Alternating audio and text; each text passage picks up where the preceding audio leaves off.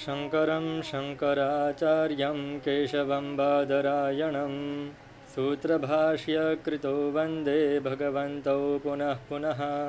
ईश्वरो गुरुरात्मेति मूर्तिभेदविभागिने व्योमवद्व्याप्तदेहाय श्रीदक्षिणामूर्तये नमः। ओम शांति शांति शांति। नमो नमः श्री द्वारकेश। पिछले वीडियो में हमने सुख और दुख की कुछ व्याख्या देखी, जैसे कि सुकृतानि खादति इति सुखम, दुष्कृतानि खादति इति दुःखम, आत्मनः अनुकूलम सुखम, आत्मनः प्रतिकूलम दुःखम वगैरह। तो हम उसी विषय को आज आगे ले जाएंगे, उस पर चर्चा करेंगे। सुख और दुख दो प्रकार के होते हैं। एक होते हैं क्षयिष्णु, जिसका क्षय संभव है, जो नित्य नहीं है, और दूसरा है अक्षय, जिसका क्षय संभव नहीं है और जो नित्य है, शाश्वत है, अपरिच्छिन्न है। इसमें क्षयिष्णु सुख तीन प्रकार के होते हैं: सात्विक, राजसी और तामसी। इस तीन प्रकार के क्षयिष्णु सुख होते हैं। सात्विक सुख कौन सा होता है जो क्षयिष्णु में आता है? तो कहा कि अभ्यास से जो सुख की प्राप्ति होती है उसको सात्विक सुख कहते हैं। अभ्यासाद् रमते यत्र दुःखान्तञ्च निगच्छति। बार बार एक ही क्रिया करने से फिर उसकी आदत हो जाती है। हम जब पाठशाला में पढ़ते थे तो वहाँ पर त्रिकाल संध्या करने का नियम है। अग्निहोत्र आदि जो समिधादान आदि ब्रह्मचारी के लिए आवश्यक होता है वह वहाँ पर नित्य कर्म में होता है। तो सुबह जल्दी उठना, शौचादि क्रिया संपन्न करके यज्ञशाला में जाना, ये सब आलस की वजह से हम इग्नोर करना चाहते थे। लेकिन जब बार बार यही जो नित्य कर्म हुआ, 1 साल हुआ, 2 साल हुए, 3 साल हुए, और हम करते गए, फिर इसकी आदत हो गई। फिर अगर कोई कामवशात या कारणवशात अगर किसी दिन गायत्री का जप नहीं होता, संध्या का समय नहीं मिलता, तो पूरे दिन वो एक मन में संशय सा रहता कि आज मैंने गायत्री का जप नहीं किया, क्योंकि वो आदत हो गई थी ना अभ्यास से। इतने साल प्रतिदिन जो नित्य संध्या करी, तो इस अभ्यास से होने वाले आदत और उस आदत से मिलने वाले सुख को सात्विक सुख कहते हैं। जैसे ब्रह्मचर्य में, जैसा कि मैंने कहा, संध्यादि नित्य कर्म करना होता है, समिधा दान करना होता है, गुरु सेवा करनी होती है। फिर वो सब छोड़ के गृहस्थाश्रम में प्रवेश करते हैं तो अतिथि सेवा करनी होती है, आहवनीय आदि अग्नियों की उपासना करनी होती है, सकाम कर्म करने होते हैं, संतान उत्पत्ति करनी होती है, उसका पालन पोषण करना होता है। फिर वो सब छोड़ के वानप्रस्थ में जाकर, वन में जाकर, अरण्य में जाकर एकांत में चिंतन करना होता है, और बाद में वो भी छोड़ के संन्यास में अपनी आत्मा राम में ही संतुष्टि पाकर उसमें ही रमण करना होता है। तो ये सब अभ्यास से मिलने वाले सुख है। इसको कहते हैं सात्विक सुख, जो क्षयिष्णु है, जो नित्य नहीं है। दूसरे क्रम में आते हैं राजसी सुख। राजसी सुख किसे कहते हैं? तो कहा कि विषयेंद्रिय संयोगात। 2 शब्द है इसमें, विषय और इंद्रिय। इंद्रियों का जब विषय से संयोग होता है और उन दोनों के मिलने से जो सुख की प्राप्ति होती है उसको कहते हैं राजसी सुख। श्रीमद् भगवद गीता में आया है, यही संस्पर्शजा भोगा दुख योनय एवते आद्यंतवंतः कौन्तेय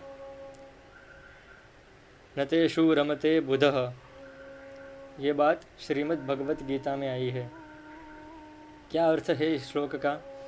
तो कहा कि यही संस्पर्शजा भोगा, ये जो संस्पर्शजा भोगा सन्ति। संस्पर्शजा अर्थात स्पर्शादि जो 5 भोग है, 5 विषय है, उससे मिलने वाले जो सुख, वही संस्पर्शजा भोगा है। वो कैसे है? तो कहा कि दुख योनय एवते, ये सर्व दुख का द्वार है। दुख का जन्म इसी 5 स्थान से, इसी 5 मार्ग से होता है।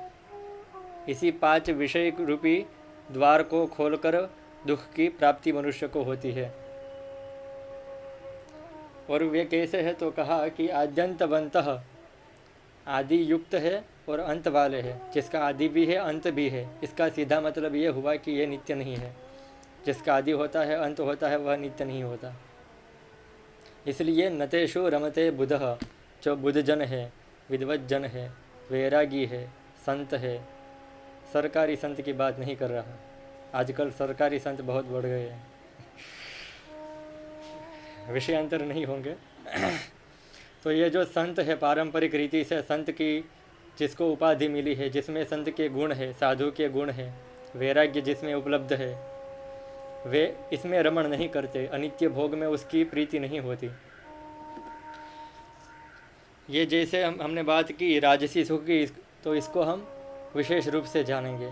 5 राजसी सुख है, 5 विषय है। कौन कौन से? रूप, रस, गंध, शब्द और स्पर्श।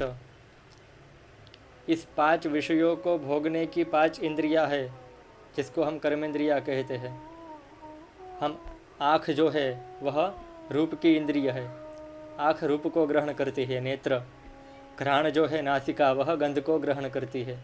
जीभ जो है जिह्वा, वह रस को ग्रहण करती है। कान जो है श्रोत्र, कर्ण जिसको संस्कृत भाषा में कहते हैं, वह शब्द को ग्रहण करते हैं। और ये जो त्वचा है शरीर में, वह स्पर्श को ग्रहण करती है। तो ऐसे 5 इंद्रिय 5 विषयों के संयोग से सुख की उपलब्धि करती है। लेकिन ये सुख कैसा है कि कोई मच्छर काटे और फिर हम वहाँ पर खुजलाने लगे, तो थोड़ी देर तो अच्छा लगता है, लेकिन बाद में पीड़ा होती है। तो ये सब जो विषयेंद्रिय संयोगात जो प्राप्त होने वाले सुख है, वह वैसे ही है। शुरुआत में आपको सुख प्रदान करेंगे, सुख की अनुभूति करवाएंगे, और जब अंत आएगा तो वही सुख आपको दुख की प्रतीति कराएगा, दुख में परिवर्तित हो जाएगा। और इसको हम अच्छे से समझे तो श्रीमद् भगवत पादाचार्य शिवावतार जगद्गुरु श्री शंकराचार्य आद्य शंकराचार्य जी महाराज, उसका एक ग्रंथ है विवेक चूड़ामणि। बहुत ही अच्छा ग्रंथ है, वेदांत के अभ्यास करने वालों के लिए वह अमृत के समान है। तो उसमें एक बात कही है कि शब्दादिभिः पंचभिरेव पंच पंचत्वमापुस्वगुणेन बद्धाः कुरंग मातंग पतंग मीन भृंगाः नरः पंचभिरंजितः किम। तो कहा कि ये जो शब्दादि 5 विषय है, वह अपने गुणों से मनुष्य को बद्ध करते हैं, आकृष्ट करते हैं, बंधन में डालते हैं। फिर दृष्टांत देते हैं 5 प्राणी के। उसमें सबसे पहला है हरिण। हरिण की आसक्ति होती है शब्द में। तो जो शिकारी होता है वह अच्छा सा संगीत का प्रयोग करके हरिण को आकृष्ट करता है, और फिर जैसे ही उसका ध्यान हटता है वैसे ही शिकार उसका शिकार कर लेता है और हरिण अपना प्राण गंवाता है। तो हरिण की आसक्ति किस में थी? शब्द में। फिर आते हैं मातंग। मातंग कहते हैं हाथी को। हाथी की आसक्ति होती है स्पर्श में। शिकारी हाथी को पकड़ने के लिए एक लकड़ी की हथेनी बनाते हैं बड़ी सी। हाथी उसका स्पर्श पाने के लिए उसके पास जाता है, और जैसे उसके पास जाता है तो उसके आगे शिकारी ने एक गड्ढा कर दिया होता है, गर्त कर दिया होता है। उसमें वह गिर के शिकारी के जाल में फंस जाता है और अपना नाश कर बैठता है। पतंग तीसरा प्राणी है तितली। वह रूप में आसक्त होती है। जब कहीं पर अग्नि देखती है तो वहाँ पर आकृष्ट होकर अपने आप को अग्नि में झोंक देती है और अपना नाश खुद ही कर बैठती है। फिर आता है मछली, जो कि रस में आसक्त होने के कारण अपना प्राण गंवाती है। शिकारी जो होता है वह एक कांटे में उसकी प्रिय चीज़ को, किसी मांस के टुकड़े को या आटे के टुकड़े को कांटे में फंसाकर पानी में डालता है तो वो मछली उसको खाने के लिए जाती है, और जैसे ही खाने का प्रयत्न करती है उस कांटे में फंस जाती है और अपने प्राण गंवाती है। और अंत में दृष्टांत दिया है भ्रमर का। भ्रमर गंध में आसक्त होता है। एक सुभाषित है, रात्रिर्गमिष्यति भविष्यति सुप्रभातम भास्वानुदेश्यति हसिष्यसि पंकजश्री इत्थं विचिन्तयति कोशगते द्विरेफे हा हंत हंत नलिनी गज उज्जहारम। एक भ्रमर है, उसको एक बहुत ही मकरंद युक्त कमल की प्राप्ति हो गई। वह कमल में बैठा और गंध का रस का पान कर रहा है, और देखा कि शाम हो गई, सायंकाल हो गया, अब ये कमल मुरझा जाएगा। लेकिन वो सोचता है, क्या सोचता है? रात्रिर्गमिष्यति, ये रात चली जाएगी, फिर क्या होगा? भविष्यति सुप्रभातम, सुबह होगी, सवेरा होगा, फिर क्या होगा? भास्वानुदेश्यति, फिर सूर्य नारायण फिर से पूर्व दिशा से उदेश्यति, अपने मुख कमल का दर्शन कराएंगे। हसिष्यसि पंकजश्री, और ये पंकज जो संकुचित हो जाएगा वो फिर से खुल जाएगा, हंसेगा, और फिर मैं यहाँ से चला जाऊँगा।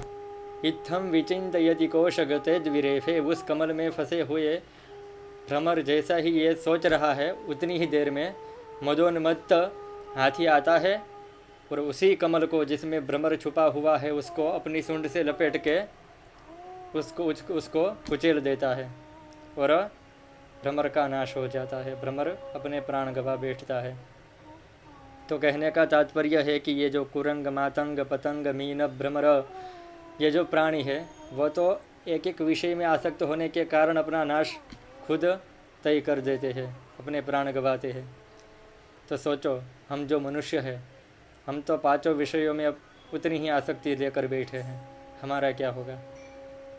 तो कहने का तात्पर्य है कि ये जो राजसी सुख है, विषयेंद्रिय संयोगात, इंद्रियों के विषय के मिलने से जो उत्पन्न होने वाला सुख है वह नित्य नहीं है। फिर तीसरा सुख क्या है?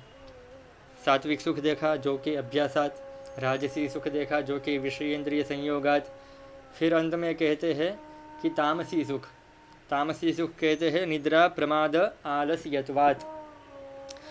जो निद्रा से, प्रमाद से और आलस्य से जिस सुख की प्राप्ति हो उसको कैसे कहते हैं? तामसी सुख। एक सुभाषित है, षड्दोषा पुरुषेण हातव्या भूतिमिच्छता निद्रा, तंद्रा, भयं, क्रोधः, आलस्यम, दीर्घसूत्रता। जो साधक है, जिसको मुक्ति प्राप्त करनी है, जो मुमुक्षु है, मोक्तुम इच्छा मुमुक्षा, जिसको मुक्ति प्राप्त करनी है, ये बंधन जिसको नहीं चाहिए, ये जो 84 लाख योनि का जो चक्कर है उसमें नहीं पड़ना, ना सिर्फ साधक के लिए लेकिन अन्य मार्ग में भी, कोई इंजीनियर है, कोई छात्र है, कोई नौकरी कर रहा है, कोई जॉब कर रहा है, उसके लिए भी ये जो षड दोषाः सन्ति, ये 6 दोष है, वह त्याज्य है, त्याग करने योग्य है। अगर वह इस 6 दोष का त्याग नहीं करता तो उसको सफलता प्राप्त नहीं हो सकती। कौन कौन से ये 6 दोष है? तो कहा कि निद्रा, तंद्रा, भयं, क्रोधः, आलस्यम, दीर्घसूत्रता। सबसे पहले निद्रा का त्याग करना चाहिए। निद्रा पर विजय प्राप्त की ऐसे बहुत से पात्र पुराणों में मिलते हैं। हनुमान जी है, लक्ष्मण जी है। लक्ष्मण जी 14 साल सोए नहीं है। वनवास के दरमियान लक्ष्मण जी ने निद्रा को प्राप्त नहीं किया। और महाभारत में देखें तो अर्जुन का नाम गुड़ाकेश इसीलिए हुआ क्योंकि उसने निद्रा पर विजय प्राप्त कर ली। गुड़ा कहते हैं निद्रा को, उसको जिसने जीत लिया वह गुड़ाकेश है। तो निद्रा, तंद्रा, भय, क्रोध ये सब हम जानते ही हैं। आलस्य ये सब त्याज्य है। दीर्घसूत्रता कहते हैं कि ये काम करना है, कर्म करना है तो सोचते हैं कि शाम को करेंगे, शाम हो गई फिर कहते हैं कि कल सुबह करेंगे, सुबह हो गई तो सोचते हैं कि आज शाम को करेंगे। ये जो काम को आगे धकेलने की जो बात है, अभी नहीं करना बाद में करेंगे, आज नहीं। आप संध्या करते हो? नहीं, करनी चाहिए, ठीक है कल से करूँगा, लेकिन ये कल होती ही नहीं। तो ये जो दीर्घ सूत्रता है वो किसी में भी नहीं होनी चाहिए, ना सिर्फ साधक में, ना सिर्फ भक्त में, ना सिर्फ ज्ञानी में, अपितु किसी भी क्षेत्र में आप हो, दीर्घ सूत्रता का त्याग करना ही चाहिए। तो ये जो क्षयिष्णु सुख है 3 प्रकार के, सात्विक, राजसी और तामसी, ये तो अच्छे दिखने वाले हैं, बुरे दिखने वाले हैं, लेकिन प्राप्त करने योग्य तो कोई नहीं है। तो प्राप्त करने योग्य कौन है? तो कहा कि अक्षय सुख जिससे प्राप्त होता है। अक्षय सुख कौन सा है? तो कहा कि तत्व साक्षात्कार, जब हमको हमारे आत्मा की अनुभूति होती है, वेदों के श्रुति के जो महावाक्य है उसका अनुसंधान जब हमको होता है, जब वह साक्षात्कार होते हैं उसके, अहम ब्रह्मास्मि, अयमात्मा ब्रह्म, प्रज्ञानम ब्रह्म, ये सब जो महावाक्य है ये सिर्फ और सिर्फ इसी दिशा में संकेत करते हैं कि आप अपने आत्मा को पहचानो, देहाध्यास से दूर हो जाओ, ये देह में हूँ, ये जो भ्रांति है भ्रम है उसको दूर करो, और मैं नित्य शुद्ध बुद्ध मुक्त स्वरूप आत्मा हूँ। इस बात का आपको ज्ञान होना चाहिए।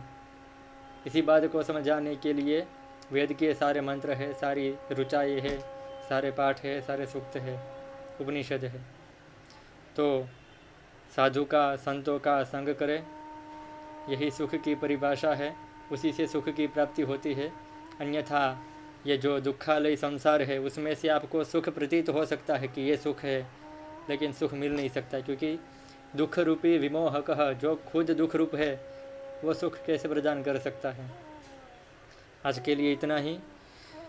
अगले वीडियो में अगले विषय में कोई अच्छा सा विषय लेकर मिलेंगे, उस पर चर्चा करेंगे।